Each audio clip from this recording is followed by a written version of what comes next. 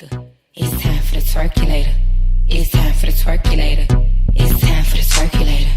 It's time for the twerkulator. JT, I'm fly with it. C-I-T-Y. Spring Media TV checking back in, man. Today we got a very special guest in the house. Super producer, multi-platinum. You know, this guy is responsible for hits like Smile, California, On the Way, none other than Mr. Hanky. What's up, bro? What's happening, man? Happy to be here, man. Oh yeah, man. We're gonna get straight to it, man. We're gonna take it back to the top, man. East Atlanta. Yeah. Born and raised. Yeah. You know, when did you get into music, man? This started, man, honestly, from day one, man. Like I said, my mom, she's a classically trained pianist and chorus teacher and all this stuff. Like, so I've been around music since day one type thing, you know what I mean? So it was kind of in me, you know. Me and my sister grew up, you know, going to choir rehearsals and stuff like that and listening to music and figuring out how to play stuff on the piano as a kid. So, you know, me and my sister, both, you know, are self-taught pianist type things. So it kind of worked, you know. It was natural. It was natural, yeah. So, and we heard that, you know, you went to high school with some legends, you know what I'm saying? Yeah. Baby D. Yeah, Gucci, Baby D. We all went to Matinee High School, man. Rich Homie Quan, my boy Monte, who's Rich Homie Quan's manager. We produced a lot of bosses, man, and it was crazy situation because, you know, growing up in East Atlanta, a lot of people looked at us like the slum school. Right. You know, it was real over there, but, you know, we produced a lot of successful businessmen, you know what I'm saying, out of that situation. So it was cool. And it wasn't necessarily, it was just a dire situation. It was just, you know, you had people over here who was doing their thing, and you had other people doing their thing. And it kind of worked, you know what I mean? And seeing that, did y'all know back then that, you know, what it would become, or you kind of just was it in the moment? Yeah, it's definitely in the moment, man. Like I said, a lot of those people, man, like when I got back from college, from Southern University, you know, that's when a lot of them was just, you know, starting, and I would go to the Libra. You know, I see Gucci, I see OJ, I see all these guys. I'm talking about the old Libra on Moreland. Right. That ain't even done no more. I'm talking about it was a little shack, but you know, those people for Thomasville, Four Seasons, all that stuff, they knew them songs word for word.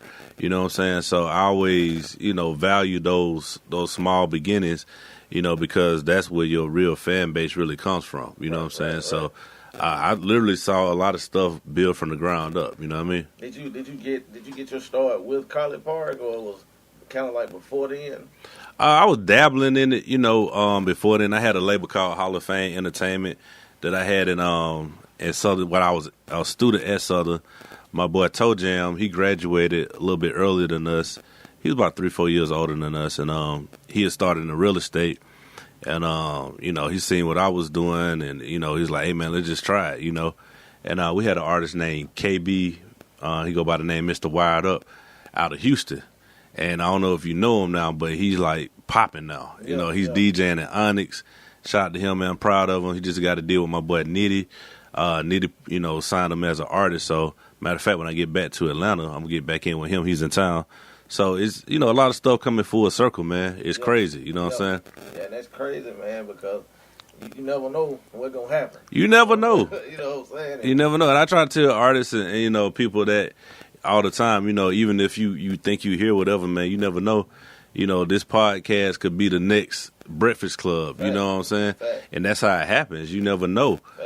So you got to, you know, really just dig into all of it, treat everybody with the same respect, you know what I'm saying?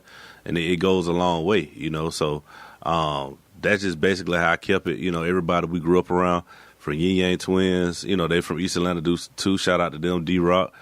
You know, talk about, not to cut you off, talk about when they got their break, man, and they blew, man. That was crazy, because that was back when Atlanta was quote unquote, I say real Atlanta. I used to go, you know, as a kid and young team, it was different. Right. We were still partying. We weren't standing on couches or no sections or none of that, you know. Right. We had dance floors back in them days. Right. But yeah, I mean, it's just one of those things, man, just growing up in that environment, to where, you know, it just made sense. You know, you just saw people that you grew up with who was friends of friends, and next thing you know, they on TV and doing this and that third. So it made you realize that this shit really is attainable. You know what I'm saying? It wasn't a far-fetched dream to, because when I first started out, like you used to have to go to a top studio, pay $10,000 and, have all this, crazy equipment and stuff now. But to see somebody that or know somebody who know the people that, like, just right there a person away, it's a lot of motivation. And it makes you, believe in yourself. Right. And we saw the versus battle with Jeezy Gucci. And somebody that worked with both artists. Can you explain to the viewers how big they were for them to squash that, man? Yeah, man. It's one of the things, like, I ain't gonna even say it's squashed. You know what I'm saying? Like, it just is what it is. But to see Gucci and Jeezy, especially Gucci, put it behind, more on his end. Right, it was huge of Radrick to do that. You know what I'm saying? It was huge of him. And shout out to him for doing that, man. Because I didn't, honestly, when they first started versus, everybody like Gucci, Jeezy, Gucci. I was like, that shit ain't never happened. Right. You know what I'm saying? It ain't never happened. And when it happened, and just to witness it, actually happening in real life was huge for the culture. It was huge for young men out here, who out here dying in the streets over, beefs or misunderstandings, whatever. It was an example. Right. It was a teachable moment, more than anything. Right. And it still was tense now.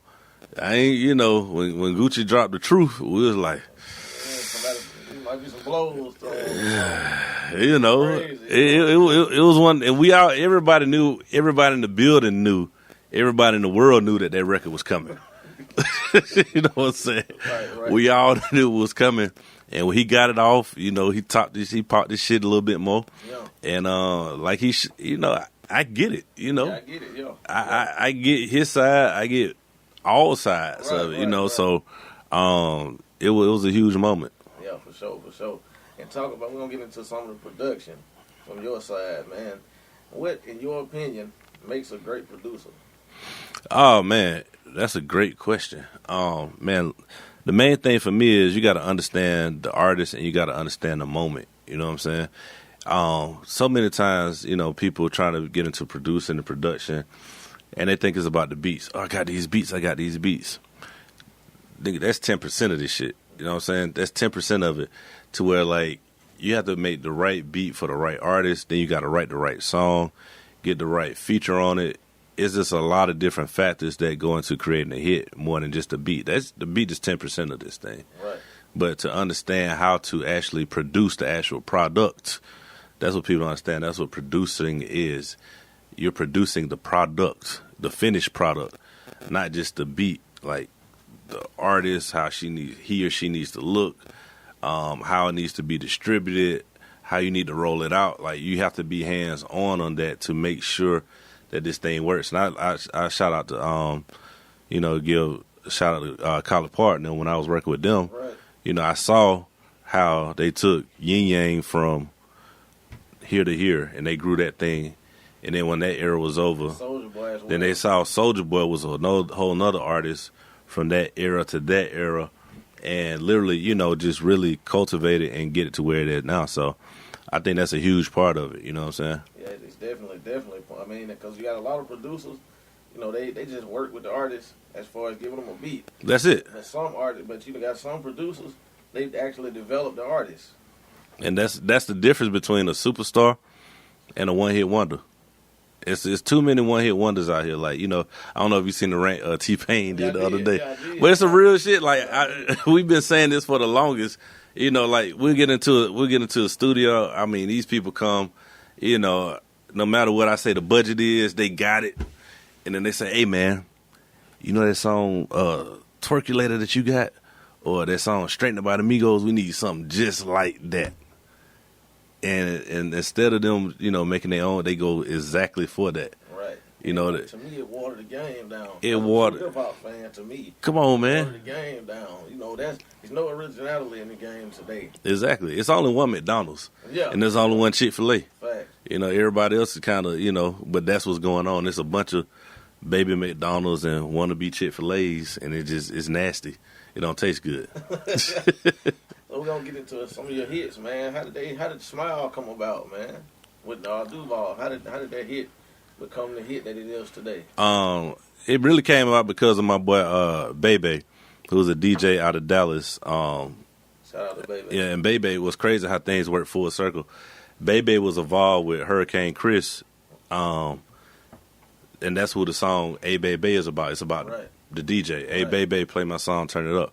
So Bebe did a song with Zero called "All These Drugs." Shout out to Zero. Screwed up click for life. Come on, man. For sure. You know what I'm saying? So, we was in the we had did the record with Zero, and Bebe was like, "Yo, I want to put Duval on the intro." I like the comedian. He's like, yeah. I was like, you know what? I said, yeah. I mean, come on, man. Who don't see this dude this Duval? You see him every day. So I met him in passing, but never really, chopped it up with him, just vibe with him. So we came in to do the intro. That took about 5 minutes. He popped this shit, and then he did his Smile Bitch thing he was doing every Friday on Instagram. Right. You know what I'm saying? Just tell him, whatever. And once he got finished, I was like, hey, man, you got a song for that? He was like, nope, I need one. And I had I'm a producer, so I got a couple of beats that this little producer side comes in. I ain't give him no Migos sounding stuff. I gave him what he was already, the vibe that he was on. And then he went in there, he did Smile Bitch for 4 minutes straight. It was no Living My Best Life. It was none of that on there. You feel me? He just said, Smile Bitch, come on for 4 minutes straight, right? So I say, cool. All right, let me get the session. So I sat down, formatted some kind of like song format, and we sat back down, chilling. And he was like, man, who should we put on this? And, he's real cool with Tip, and that's my first thought. I said, Tip. He's like, nah, man, Tip cool, man, but I want to go a little bit different. I want to go outside the box. Right. He was like, who is an icon that could get this, that can stretch everywhere? And we just looked at each other and said, Snoop. Just that quick, just like Snoop, just that simple. And we sent it to him. Didn't hear nothing back for like 2 weeks. And then like once Friday or Saturday morning, I can't remember, I had just got back in from partying. And I woke up to a text. It was like, yeah, check your emails. Snoop had sent it back over. Killed it. We just told him to do a verse. Did that. So we get a call, and we get the email. It's like, yo, this and that third, blah blah blah blah. So I listened to it, and a lot of times when you do a feature with a big name artist or something, like I'm gonna be 1,000% honest. Like we wasn't taking this shit serious at all. Okay, at the time we was smoking, high as fuck. On a Friday, just vibing. And we had the studio for 4-5 hours, and it took 30 minutes, so we were just in there kicking it type shit, okay? So we weren't taking none of this serious at all. I thought, honestly, it was going to be just stuff we put out on the internet. But when Snoop sent back that hook, like, I thought he was just going to do a verse. He filled in the hook. You got a lot to be smiling for. Smile, bitch. Smile, bitch. Then he made it like inspirational. Yeah. I was like, oh shit. They killed it. I was like, okay. I was like, I'm warming up to it. So we get back in the studio, bro. And the first studio was at 11th Street. Then the second time we met back up after Snoop sent his vocals was at Patchwork. Okay. Legendary. It was at Patchwork. Had to take it to Patchwork because it's real. It was real at 11th Street, but we got to make sure it's getting real. Yeah. So I go to the restroom, man, before we even start the session, and I hear the beat playing. I don't know what's going on. I come back in, man, and Duval is skipping around in the middle of the set in the studio saying, I'm living my best life. I ain't going back and forth with you. So I told the engine, I said, stop. What's that? Yeah. He's like, hey, man, that's just how I feel. I said, what you mean? He's like, that's how I feel, man. That's how this make me feel. I said, that's what we need to put in the song.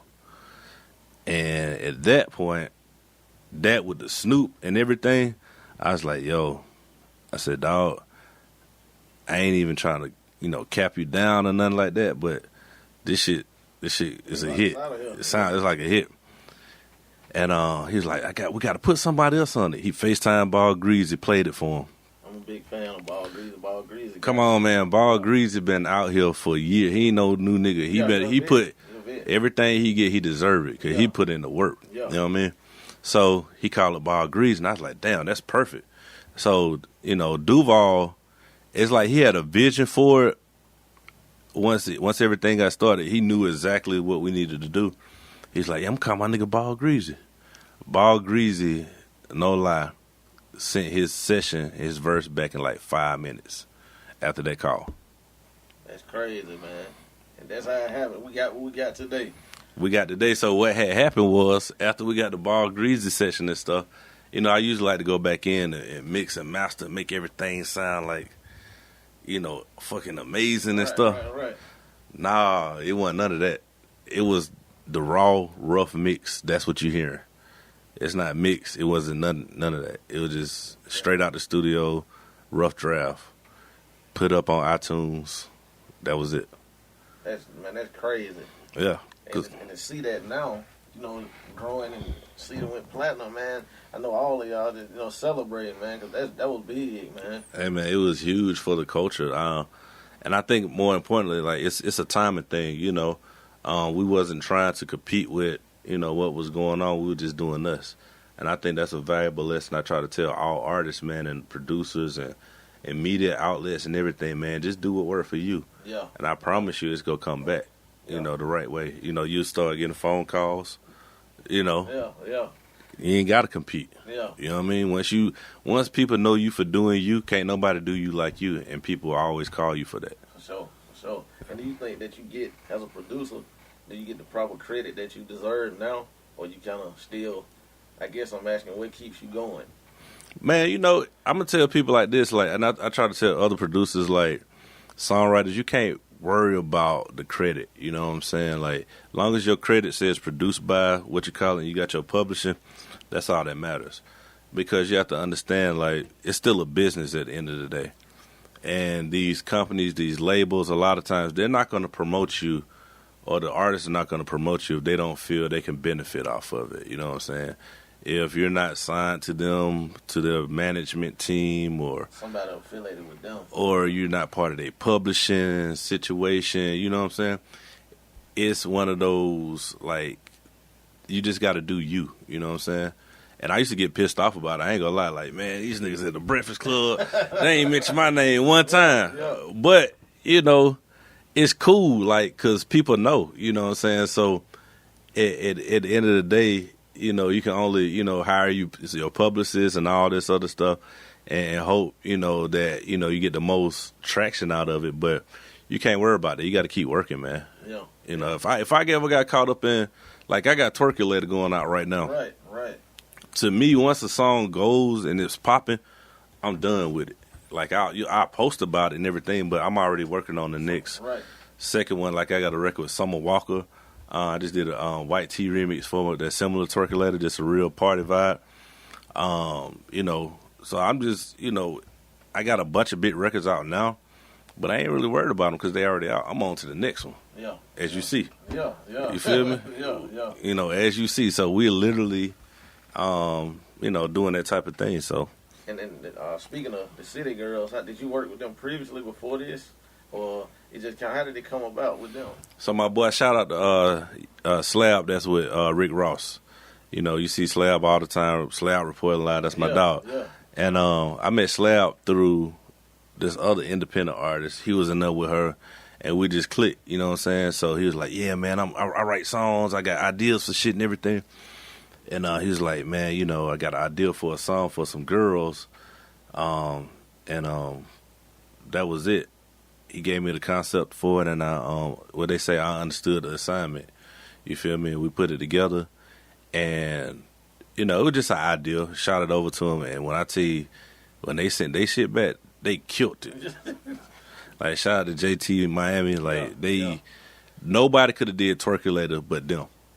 Like, it's Nikki, it's a bunch of female artists out right now, but they did it like nobody else could do it, and you see the results. You know what I'm saying? But that's just how that, you know, that whole situation came about, and it's been amazing. You know what I'm saying? This is the first record. Twerkulator is the first record that I've had that's been a hit that wasn't even out. You know, it got leaked. Their album got leaked almost a year and a half ago, and literally, man, like ever since it got leaked, this was during this whole shutdown. Because originally the sample got denied. Okay, so they denied the sample, but they want to go clear it, and we was like, okay, cool, it's not gonna come out. And then the album got leaked some kind of way. I don't know. I ain't had nothing to do with me.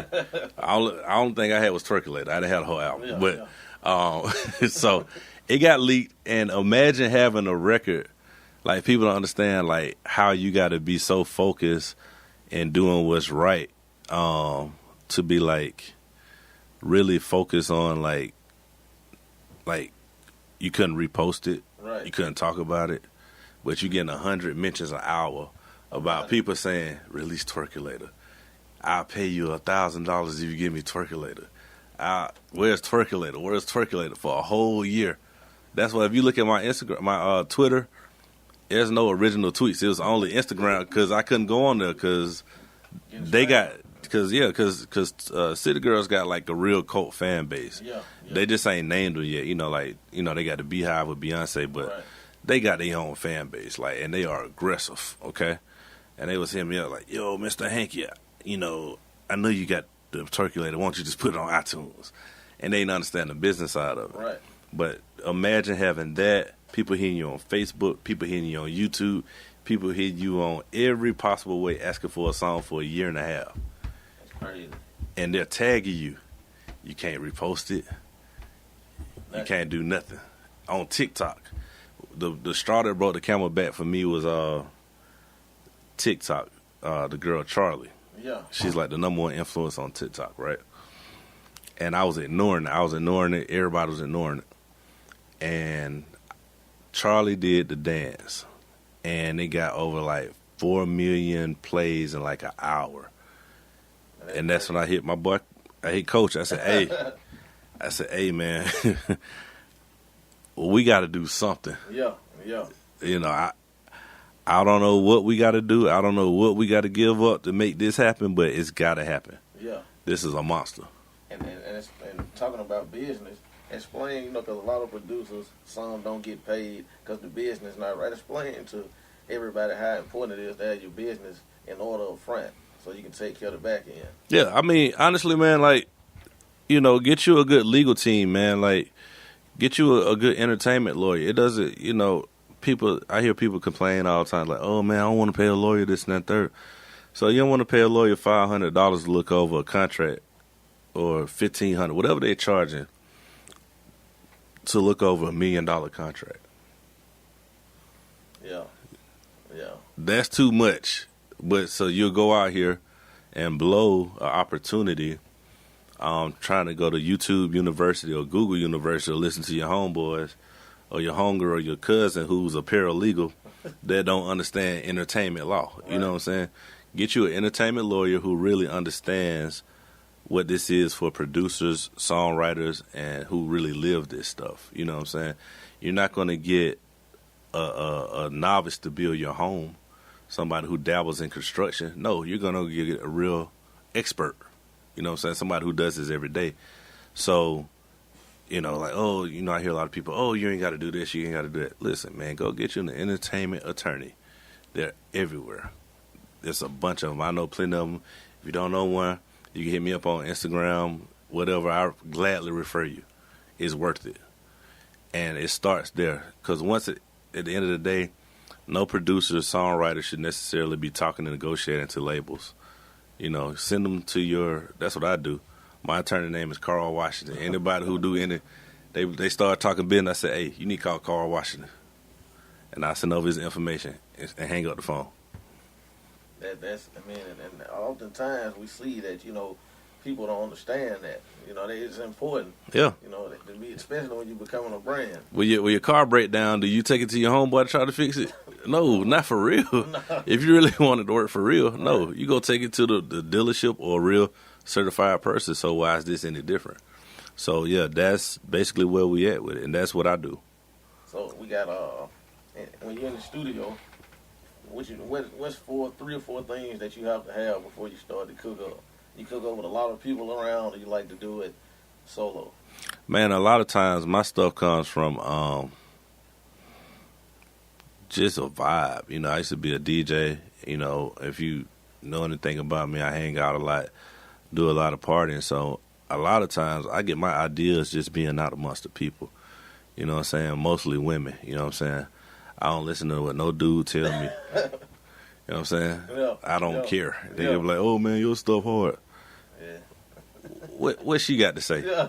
Hey, what you think about this song? Yeah. I'm gonna tell you why. Because dudes, we understand the pride factor, so we'll lie. We'll be like, "Hey man," this dude trash, but I ain't gonna kill him like that. Yeah. Women don't have no mercy. You know what I'm saying? Yeah. Women be like, "Look, I don't know what you're saying. You ugly. You need to do this." They're gonna tell you exactly what's wrong. You know what I'm saying? They're brutally honest. So I need women in the studio. Yeah. That's it. Yeah, that's dope, man. Yeah. And as far as the rap game, man, Zone 6. Yeah. You know, they pretty to me, you know, they ran it. There's a couple of people, that's doing something outside of that, but to me, man, Zone 6, they got the game in a padlock, man. Did you see that, coming up, or you kind of like it kind of just happened out of nowhere? Nah, ain't none of this stuff new, man. Like I said, man, and I ain't just saying it because I've actually seen these people. I know these people. But from the Gucci's, like when I talk about the Libra, it's equivalent. It's like the hood version of the Apollo. Yeah. You know what I'm saying? It was that staple to where if you was in Zone 6, East Atlanta, Moreland Avenue, Four Seasons, Decatur, Boulder Crest area, you had to go through there. You know what I'm saying? And it produced people like OJ the Juice Man, Young Ralph. Even it's crazy. I'm gonna tell you what's even crazier. My boy Teezy Dollar. They got a company called Wolfpack. This how crazy Atlanta is. So I was working with an artist named J Money, first name, last name. My boy. Yeah. Okay. Yeah. This how everything come full circle. J Money, Travis Porter, all them used to be in the studio. We used to be at College Park studio every day for like 2008, 2009, every day. And at that point, Roscoe Dash used to be up there. And then my boy Teezy was an artist, and he signed another artist by the name of Lil Baby.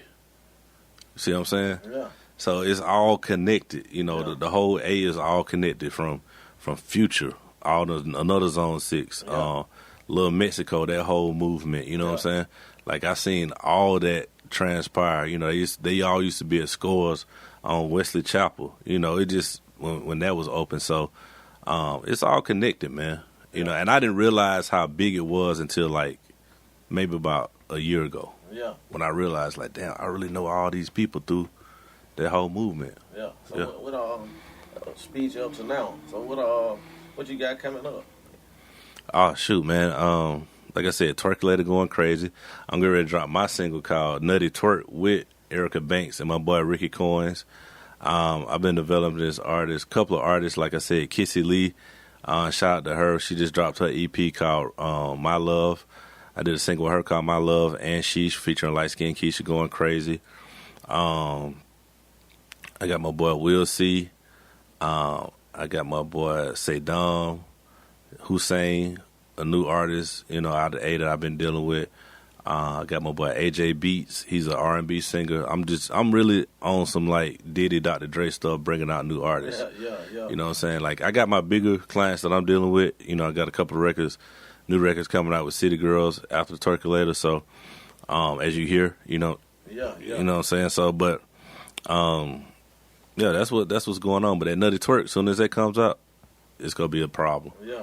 I'm gonna show you the video when we get online. It's crazy. Is it a club anthem or is it? Like It's definitely a club. It's definitely a party club anthem. Yeah. Yeah. So. Yeah. That's dope, man. So you still have your label or? Yeah, my label's called Cultural Resources. Okay.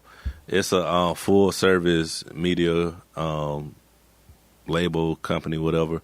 But we just getting into it. We get into it. We working silently, making stuff happen. behind the scenes and making it happen. And for any artist, when you look for talent, what stands out to you? What are you looking for when you recruit artists? I just want somebody different, man. You know, I've been working with this artist named Piao. She's Japanese, of Asian descent, and she's amazing. You know what I'm saying? Like, just somebody who's got it, like real star power. You know, it's everybody rapping, everybody trapping, everybody capping, all that stuff. But are you a star? You know what I'm saying? Can you sell tickets? You know what I'm saying? It's crazy. Like, you see a lot of artists, you know, online, and they got this crazy following, and you book them to come to your show, your city, and they got 30 people in there, you know, including the staff. You know what I'm saying? So it's about time. I'm trying to get to real stars, you know, really develop the next stars, not a one-hit wonder. Right. Yeah, so that's why I'm locked in with Kissy Lee and all the people I just named. I got my boy Will C. He's a soul singer, a hood soul singer out of Atlanta. He's a funny dude, though, but he goes by Only Will C on Instagram. Just go watch his Instagram. He's hilarious. But he can sing. So that's what I'm looking for, man. Just something different that's not a carbon copy of everything else. It's cool if you got elements of certain things, but a lot of these people are just really carbon copies. And for up-and-coming producers, you know, that's trying to get in the game, get to your point and beyond, what are some words of advice for them? The main thing, like I said, man, don't get caught up in the hype, man. Like, you know, if you're up-and-coming 9 times out of 10, you'll have a hit record with the artist. They probably won't mention your name in the interviews. Even if you're known, they probably won't mention your name. So don't get caught up in that, man. Okay? Just do the work, get paid, go on to the next one. You know what I'm saying? And at that point, they'll have to acknowledge you, or you'll start building your own thing. But I see a lot of producers, up-and-coming songwriters and stuff, you know, they go spaz out and have these rants on social media, and they ain't put me in the video. If it wasn't for me, this and then the third. Nah, bro, like, you understand, like, these artists be going through stuff too. You know what I'm saying? Like, you just don't know. Everybody got their own struggle they going through, so at the same time, they might have done it on purpose. They might don't care, you know, whatever. A lot of people just don't understand that side of it, and you can really mess yourself up by doing that. You know, so I've seen a lot of people cancel themselves, very talented people, just by how they handle certain situations. You know what I'm saying? So just always remain humble, but do the work. If you keep the work coming, ain't nothing nobody can do to stop you. Facts. And so before we wrap up, man, where can everybody reach you on social media? Oh, man, as they say, all platforms, Mr Hanky Beat, AMRHANKYBEAT. That's Facebook, everything, you know what I'm saying, Instagram. And I do reply back, you know, send me a DM. I do work with independent artists, you know, just have your budget ready, and we'll make a hit. And I got a couple fan questions, man. Come on, man, we here. All right. Some of my fans, they asking, why did you take your tag off most of your beats like you had back in the day? Oh, the one with the gun? Yeah. Hey, man, like, that's a real day one shit. Yeah. Well, mainly, okay. So, back in them days, like, you know, the guns and all that stuff, it was cool. But I had a conversation with my boy J1, who now works at Pandora. But at the time, he was the head of hip hop at he's the head of hip hop now at Pandora. And this is when I had Walk Around the Club, Fuck Everybody, the Throw It Off record. So I didn't understand what the industry really was at this time. Okay, so I didn't understand how it worked. I just thought a hot song was a hot song, and it should be on the radio. Okay. So Throw It Off was hot as fish grease, getting played in the club 10, 12 times a night. But we were not in rotation, okay? We were only in mix show. So this is my boy. This is J1. I'm kicking it with him, my boy Luther, one of the biggest promoters at the time in Atlanta. And we sat down. I said, hey, man, did I piss y'all off or something? Why my shit ain't in rotation? I need that rotation, Jack. You know what I'm saying? So he's like, he just said it as simple as possible. He's like, it's not radio, it's not marketable. Like, huh? What? But he broke it down to me. He said, look, man, it's like, man, you know, I learned, and I actually did that. I actually took the gun thing off because I know a lot of, gun violence and stuff is just, it's sensitive right now. You know what I'm saying? So I thought it was dope, but oh well, you know what I'm saying? So, so at that point, I started to become more commercial to understand how this business really works. You know what I'm saying? I went from being just a fan of the game or a producer just to really understand how the business works. And so I took it off, and everything took off since then. And like he told me straight up, he was like, look, we can't put a song in rotation. When we put a song in rotation, that means it's playing from 6 o'clock in the morning to 6 o'clock in the morning. So people can't be coming in work, while they got the music playing and hearing gunshots. Mr. Hanky beat. You know what I'm saying? It didn't flow. And a lot of times it didn't flow with the song. So this was more commercial. It worked a lot better. It was a lot sexier, and it worked all the way across the board. All right. Yeah. I got another question. Oh, you prepared? Oh yeah. So New Atlanta versus Old Atlanta, and which one is better, and why? So this is the funny part about it. They might sound different, but they all the same. Yeah. You know what I'm saying? Because it's like, for all these younger people, they're connected to somebody older. Like Future, he was connected. He was part of Dungeon Family. Yeah. He was known as Meathead back then. So he gets all parts of it. Rich Homie Quan, Jacquees, all these guys, they the new guys, but once you go talk to them and start doing business with them, it's a dude that you've been knowing for 10, 20 years, around them some kind of way. And it's in the thing, it just sounds different, but it's just communicated a different way. You know what I'm saying? But I do recognize there's a difference. There's a different preference, a different vibe. You know what I'm saying? So, but like I said, it's still the same to me because the city, Atlanta, evolves so much. This is the only city, like, I live there, I'm born and raised there, and I still got to ride around every day, and I ride around every day the city just to see what's new, and I see some new shit every week. Yeah. You know what I'm saying? Like a new high-rise going up, a new studio, a new store, a new club. I mean, it's always evolving, so that's just a part of it, man. Yeah. I just embrace it. Yeah. Because everybody say that, it's different. I remember coming down there when it was different. Yeah. Club hits, you know what I'm saying? I remember, like Trillville, Scrappy, all that stuff, man. But yeah, but you gotta understand too, like, okay, like the NBA was different back then. Yeah. Everything was a lot more physical back then because we're living in a more politically correct culture right now. You can't say certain shit. Somebody's gonna be offended. You can't even flirt with a woman now. Like you might end up like Cosby. 40 years from now. So it's a different. It fits the times now. You know what I'm saying? I think that's the biggest thing we got to look at. It's not just on the music. It's more society. Yeah. Definitely. So I think Atlanta has adjusted to fit that. Do you think that Atlanta will ever lose the chokehold on the game that they got musically? I don't think they'll ever lose it. No, I mean that's one of the reasons why, because it's always evolving. Yeah. To even fit the gay community, like they thriving up there, Yeah.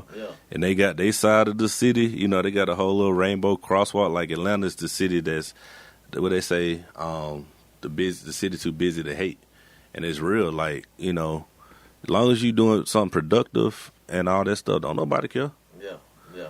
You could be purple with a green horn coming out your head, and it'll be the most hood joker you ever seen in your life. He like, hey boy, y'all laughing at bro above the window. Y'all need to go get with him.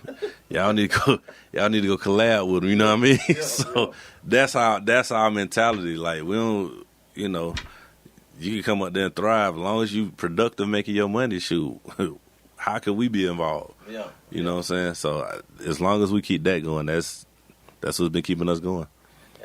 And any last words to speak on the violence and the beef in the rap industry? There's a lot of that. I'm more on the unity tip. I feel like you can get more done together than separate. I mean, this really be like if you ever look at that shit's such a deep question, but my philosophy has always been like, it's always a woman involved. Okay, at the root of all these beefs, somebody's mad because this person flexed on them and it made them look bad in front of this woman. It's that type of thing. So my thing, it's enough money out here. It's enough women. And, I get it. You're going to have disagreements all the time. You know what I'm saying? But to the point where they taking it at, it's ridiculous, man. It's so much money out here, so much stuff we can be doing, so much productive stuff. Y'all building this beautiful podcast, and, that's what we need to be about. Yeah, you know what I'm saying? Anything outside of that don't even matter, Sure. But we need to just stop it, man. It's ridiculous. We lose a new rapper. By the time I found out about the rapper, they done got killed. You know what I'm saying? Yeah. It's like, damn. Yeah. So it's sad, because there's so many young people losing their life. Like, they not even turning 30. Yeah. You know what I'm saying? Like, they ain't even knowing, like, It's a life out here. it's a life. Like, once you hit 30, like, it's like, damn, I'm 21 with money now. Yeah. I can do way more stuff now. Yeah. So that's the sad part of it. Yeah. They're not even reaching their full potential. So I think it definitely needs to stop. And it starts with conversations like this. Yeah. I think nobody want to step up, man. Everybody want to fit in. They don't want to make nobody mad. Well, not only that. See, you got... see, this shit finna get too deep. You got so many culture vultures out here that's really benefiting of these. See, it's just like the government. The government benefits. That's why they don't care. That's why they like to go to war. Yeah. Because it benefits money. It makes money. It generates money. Wars generate money. Same thing in the rap beef. I mean, this person beef with this person. Tupac and Biggie made more money than anything. Yeah. Like the rap industry made a bunch of money.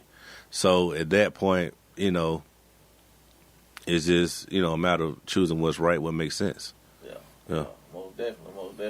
Once again, man, we appreciate you for coming through, man. Super producer, Mr. Hanky. Come on, man. I'll be back. Oh yeah, for sure. I'm living